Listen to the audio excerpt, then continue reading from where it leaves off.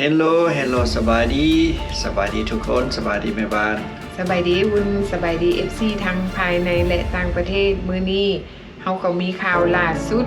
อยู่ที่รัฐมินนิโซตามาเล่าให้ทุกคนได้ฟังเพราะว่าปัจจุบันนี้เจ้าหน้าที่ไอซ์นี่เขาเจ้าก็ได้บุกจับกลุ่มคนที่เข้ามาอยู่แบบผิดกฎหมายหรือแม้กระทั่งคนที่กระทำความผิดแบบผิดกฎหมายเนาะบ่ว่าน้อยบ่ว่าใหญ่หรือว่าผิดกฎหมายในอดีตที่ว่ามันเคยเกิดขึ้นมาก่อนเนาะทุกสิ่งทุกอย่างที่เกิดขึ้นมากับหลาย10 ปีผ่านมาแล้วเนาะพี่น้องทุกสิ่งทุกอย่างเราก็จะเล่าตามข่าวเด้อพี่น้องเพราะว่าข่าวเพิ่นให้มาแบบนี้เราก็เล่าตามข่าวที่เพิ่นให้มาแล้ววันนี้ก็สิภายใน8คนนี้เราก็จะให้แม่บ้านเล่าว่าเพิ่นมีคดีจังได๋แม่นเนาะเฮาก็เล่าไปตามข่าวเนาะพี่น้องอันนี้มันเกิดขึ้นกับว่าพี่น้องลาวเฮาเนาะพี่น้องคนแรกชื่อว่าคุณมีไซเป็นพลเมืองลาวซึ่งมีถิ่นกำเนิดในฟิลิปปินส์เข้ามาในสหรัฐอเมริกาในฐานะผู้ลี้ภัยใน1988คนอาจจะถามว่าอ้าวมีถิ่นกำเนิดอยู่ฟิลิปปินส์คือเป็นพลเมืองลาวเพราะว่าเพิ่นเกิดอยู่ในศูนย์ฟิลิปปินส์ก็คือแบบคนลาวบางคนลาวก็ไปเกิดอยู่เมืองไทยเนาะแม่ก็อยู่ศูนย์นาโพบ่ศูนย์หนองคายบ่ก็หลายศูนย์แม่นเพราะว่าอาจจะเป็นช่วงระยะที่พ่อแม่เพิ่นพาออกจากบ้านจากเมืองลาวมาแล้วไปตกอยู่ฟิลิปปินส์ว่าซั่นๆเนาะเกิดอยู่ฟิลิปปินส์เนาะแล้วก็ย้ายเข้ามาอยู่สหรัฐอเมริกาในฐานะผู้ลี้ภัยต่อมาในปี1989ได้สถานะพำนักถาวรอย่างถูกต้องตามกฎหมายแต่สถานะดังกล่าวได้ถูกเพิกถอนตามภายหลังย้อนเหตุว่ามีประวัติอาชญากรรมเคยถูกตัดสินว่ามีความผิดฐานล่วงละเมิดทางเพศและต่อมาถูกตัดสินว่ามีความผิดฐานบ่ลงทะเบียนเป็นผู้กระทำความผิดทางเพศนั่นเองเนาะผู้พิพากษาศาลตรวจคนเข้าเมืองได้มีคำสั่งเนรเทศเราในปี2014นั่นเองเนาะอันนี้เป็นคดีที่เกิดขึ้นหลาย10 ปีผ่านมาแล้วก็มีคำสั่งจากศาลตัดสินไปแล้วและปัจจุบันนี้ก็เลยได้ถือเจ้าหน้าที่ไอซ์จับกลุ่มนั่นเองเนาะคนที่2ชื่อว่าซูมั่วเคยถูกตัดสินว่ามีความผิดฐานใช้คอมพิวเตอร์เพื่ออำนวยความสะดวกในการก่ออาชญากรรมทางเพศต่อเด็กคนที่3ชื่อว่าหัวว่างเคยถูกตัดสินว่ามีความผิดในข้อหาลักทรัพย์ฉ้อโกงปลอมแปลงเช็คลักลดและครอบครองยาเสพติดคนที่4เนี่ยเป็นเพศหญิงเนาะชื่อว่ายัวลี่เคยถูกตัดสินว่ามีความผิดข้อหาฆาตกรรมคนที่5ฟงก้างเคยเป็นสมาชิกแก๊ง617และถูกตัดสินว่ามีความผิดในข้อหาลักทรัพย์รับของโจรและให้ข้อมูลอันเป็นเท็จแก่เจ้าหน้าที่ตำรวจข้อมูลอันเป็นเท็จหมายความว่าไปขี้ตัวตำรวจให้ข้อมูลที่ว่าบิดเบือนจากความเป็นจริงเนาะปัจจุบันนี้เราก็ได้มีอาชีพเป็นสร้างแปลงรถแล้วก็ได้ช่วยเหลือคนในชุมชนซึ่งเราได้รับโทษมาหลาย10 ปีผ่านมาแล้วเนาะอันนั้นเป็นอดีตของเพิ่นที่เคยกระทำความผิดแต่ว่าปัจจุบันเพิ่นก็ได้มีสัมมาอาชีพแล้วก็ได้ช่วยเหลือผู้คนในชุมชนเนาะเป็นที่รู้จักของหมู่คู่ญาติพี่น้องซึ่งว่าเพิ่นได้กลับมาใช้ชีวิตที่ว่าเริ่มต้นชีวิตใหม่แล้วก็มีอาชีพแต่ว่าปัจจุบันทางด้านระเบียบกฎหมายเพิ่นบ่ว่าแนวนั้นเนาะอันนี้ก็เป็นอดีตที่เคยผ่านมาแต่ว่าปัจจุบันอดีตนั้นมันบ่ได้ลบล้างเพราะฉะนั้นอันนี้ก็ต้องแม่นว่าไปตามกฎหมายบ้านเมืองเนาะพี่น้องเนาะคนที่6ชื่อว่าคัวโลว่างเคยถูกตัดสินคดีฆาตกรรมซึ่งมันเกิดขึ้นตั้งแต่ปี1980เนาะปัจจุบันนี้ปี2026ก็ราวๆประมาณ45 ปีผ่านมาแล้วเนาะอายุปัจจุบันของเพิ่นก็สิถือว่าหลัก70พุ่นได้นี่เนาะถือว่าเป็นรุ่นอาวุโสแล้วเนาะพี่น้องเนาะโอ้อันนี้แม่นคดีนี้มันก็ยาวนานมาแล้วเนาะแต่บ่เลือบล้างจากเทื่อคดีแม่นเนาะคนที่7ชื่อว่าบลองซ่งถูกจับในข้อหาการล่วงละเมิดทางเพศแล้วคนสุดท้ายชื่อว่า เปาส่งมีประวัติการกระทำความผิดหลายคดีรวมถึงการเมาแล้วครับการทำให้ห่างกายผู้อื่นด้วยอาวุธและครอบครองยาเสพติดมีคำสั่งเนรเทศขั้นสุดท้ายในปี2011เนาะพี่น้องอันนี้ก็เป็นคดีที่ผ่านมาหลาย10 ปีแล้วเนาะถือว่าคดีดังกล่าวที่เฮาได้เล่ามาเนาะพี่น้องมันเป็นสิ่งที่เกิดขึ้นหลาย10 ปีผ่านมาและหลายๆคนเขาเจ้าก็ได้เริ่มต้นชีวิตใหม่เนาะก็จะก็ได้รับโทษแล้วทุกคนก็มาตั้งชีวิตมีอาชีพแต่ละคนก็ไม่มีครอบครัวแม่นแต่ว่าคือว่าฮู้กันทุกคนเนาะก็คดีก็บ่เลิบล้างจักเทื่อจนตกมายุดสมัย President Trump เพิ่นก็มาคนคืนอีกที่ผ่านมาถามว่าคนที่เคยกระทำความผิดแล้วมีการเนรเทศหรือว่าการส่งกลับบ้านไปยังประเทศต้นทางนั่นมีบ่มีเนาะมีแต่ว่ามันบ่ได้ออกเป็นข่าวดังคือปัจจุบันนี้แล้วเจ้าหน้าที่ได้จับส่งมีบ่ก็มีเนาะพี่น้องแต่ว่าบ่หลายเท่าปัจจุบันนี้เพราะว่าคือทุกคนฮู้ว่าพอทรัมป์เรา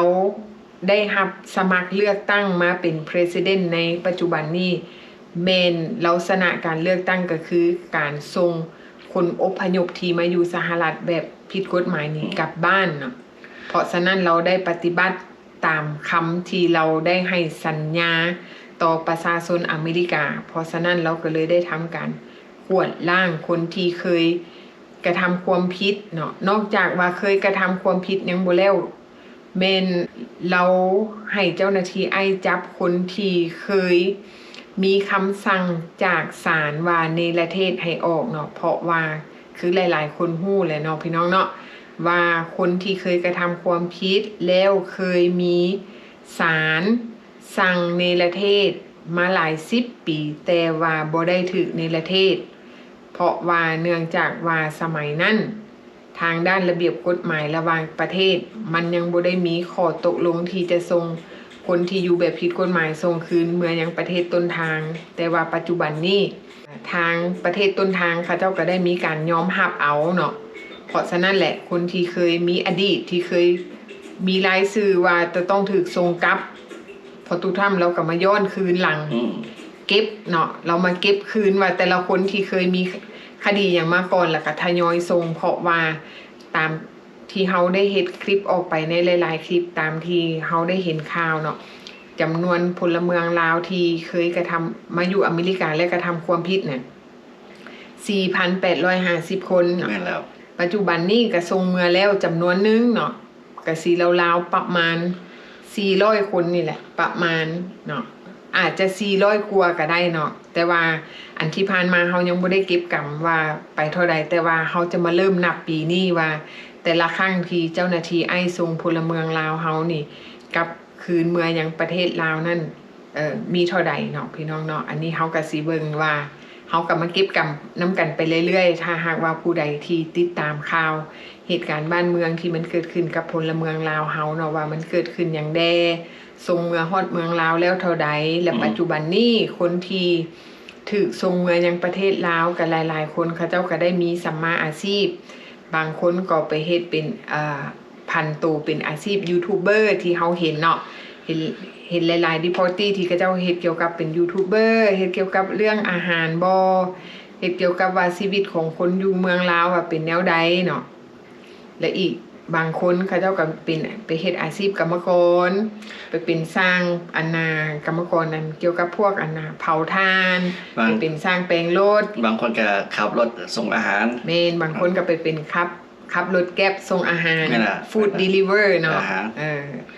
ก็มีหลายอาชีพนอกจากนั้นแล้วเขาเจ้าก็ยังเป็นอาสาสมัครที่สอนภาษาอังกฤษให้เด็กน้อยโดยที่บ่ได้มีค่าใช้จ่ายใดๆเนาะถือว่าเขาเจ้าเป็นvolunteer เป็นในครูสอนภาษาอังกฤษให้เด็กน้อยเนาะพี่น้องแล้วก็ซื้ออาหารการกินมาให้เด็กน้อยยกตัวอย่างคือเคนคัมเนาะเวลาว่างของเราก็สอนภาษาอังกฤษให้เด็กน้อยแล้วก็พีเตอร์เราก็มีเงินที่เราไปทำงานเนาะเราก็ซื้ออาหารมาเลี้ยงลูกศิษย์เราเรียน เรามีเดี๋ยวนี้ระหว่าง3กว่าคน แม่นแล้วหลาย แม่น หลายคน หลายเนาะอันนี้ก็เป็นการแบ่งปันน้ำใจจากคนดีพอร์ตี้ที่ถูกส่งมายังประเทศลาวเนาะเขาเจ้าก็ได้มีการช่วยเหลือคนในชุมชนช่วยเหลือคนในสังคมเนาะถึงแม้นว่ามันจะบ่ใหญ่แต่ว่าเฮาก็เริ่มจากมื้อนี้เฮาอาจจะเริ่ม1มื้ออื่นก็เริ่ม2ก็ค่อยๆใหญ่ขึ้นเป็นคอมมูนิตี้จาก5คน10คนก็เป็น10 20คนช่วยเหลือชาวบ้านเนาะก็คือ ว่าเกี่ยวกับพี่เรื่องเราว่าขับรถจักรเราบ่เคยขับจักเทื่อ แม่นครั้ง เพราะ แรก ว่า ของเรา ครั้งแรกของเราก็ไปเรียนมาจากเราเป็นคนขั้วเอาเอง แม่ วิธีสอนวิธี ขับรถ ขับรถจักรเพราะว่าอันนั้นมีนะ มันมีคลาส มีคลาสแม่นละ แล้วเราก็เรียนรู้จาก YouTube แน่น ไปเรียนขับรถเนาะก็เป็น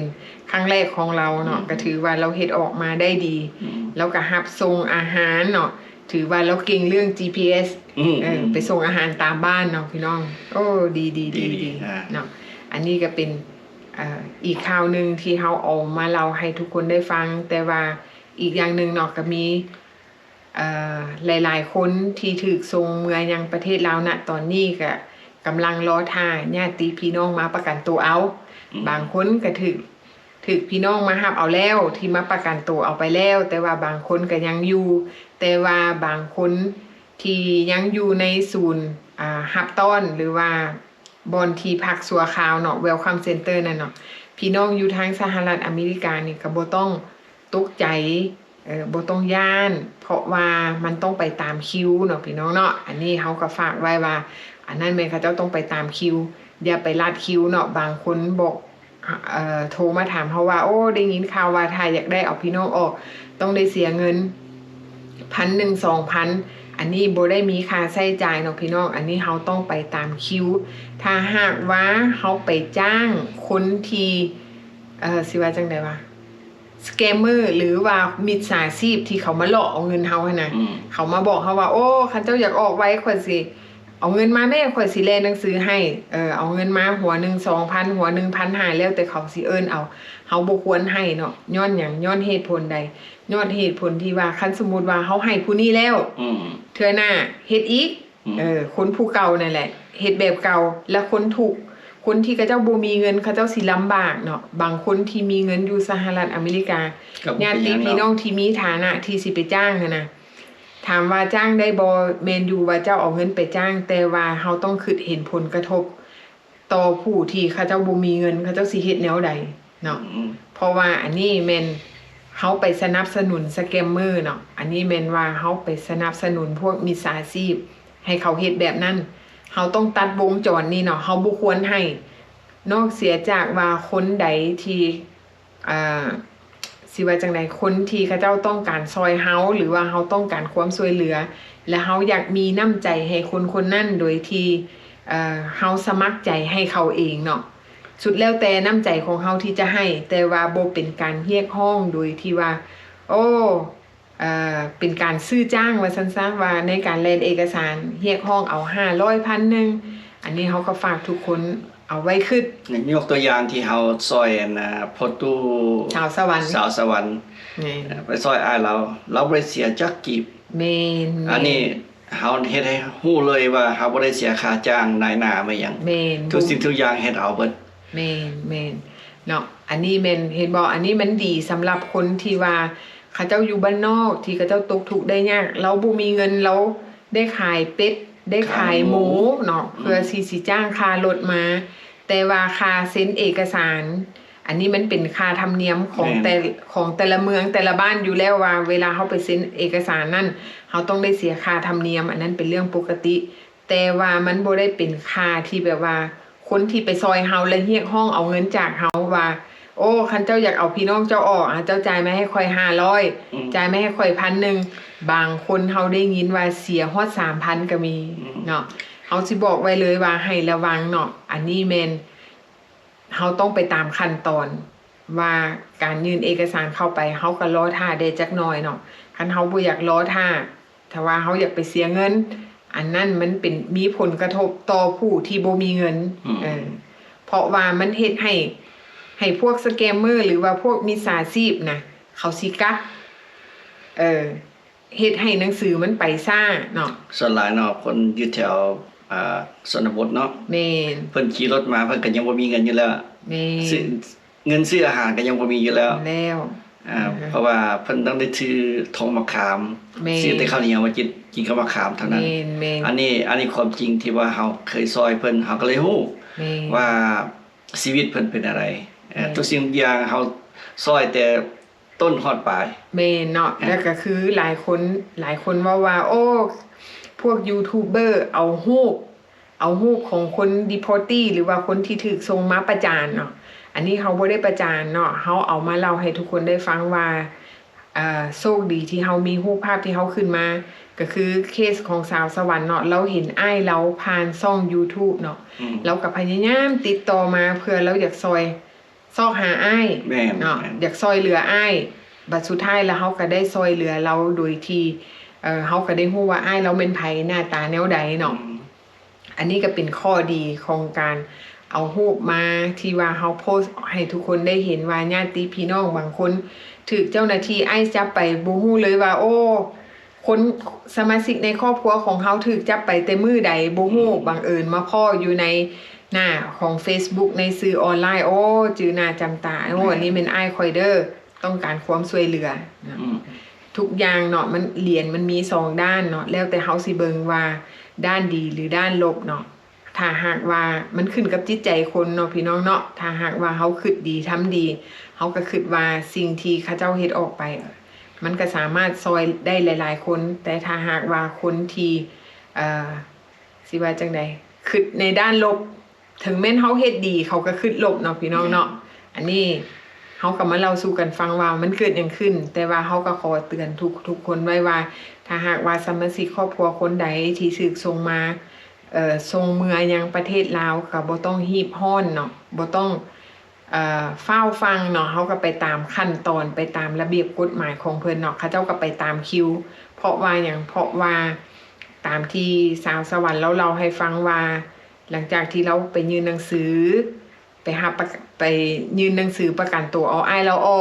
เจ้าหน้าที่เขาเจ้าก็ต้องได้กวดฟอร์มใบรับประกันนั่นแล้วมื้อต่อมามื้อที่2เขาเจ้าได้เอิ้นเราผู้ที่เอิ้นสาวสวรรค์เข้าไปสอบถามสาวสวรรค์เป็นผู้ประกันแม่นแล้วเป็นผู้ประกันเนาะสปอนเซอร์แม่นเขาเจ้าก็เอิ้นเราไปถามว่าบ้านอยู่ไส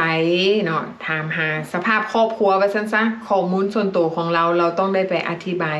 แก่เจ้าหน้าที่เพราะว่าเราต้องเป็นผู้รับผิดชอบต่อผู้ที่ถูกรับประกันนั่นเองเนาะเพราะว่าเฮาประกันเอาคนนึงออกไปเฮาสิรับผิดชอบในตัวของคนนั้นแบบใดเนาะพี่น้องอันนี้แม่นยกตัวอย่างมาให้ฟังบางคนไปประกันเอาวัยรุ่นซึ่งว่าเฮามีพี่น้องวัยรุ่นแล้วเฮาไปประกันเอาวัยรุ่นนี่บางคนก็หัวอ่อนบางคนก็หัวแข็งใหม่ๆก็เว้าฟังความต่อไปแหละฮู้ทุกสิ่งทุกอย่างสามารถปรับตัวได้และเจ้าควบคุมเขาบ่ได้เนาะย้อนจังสั้นเจ้าหน้าที่เขาเจ้าจึงต้องการ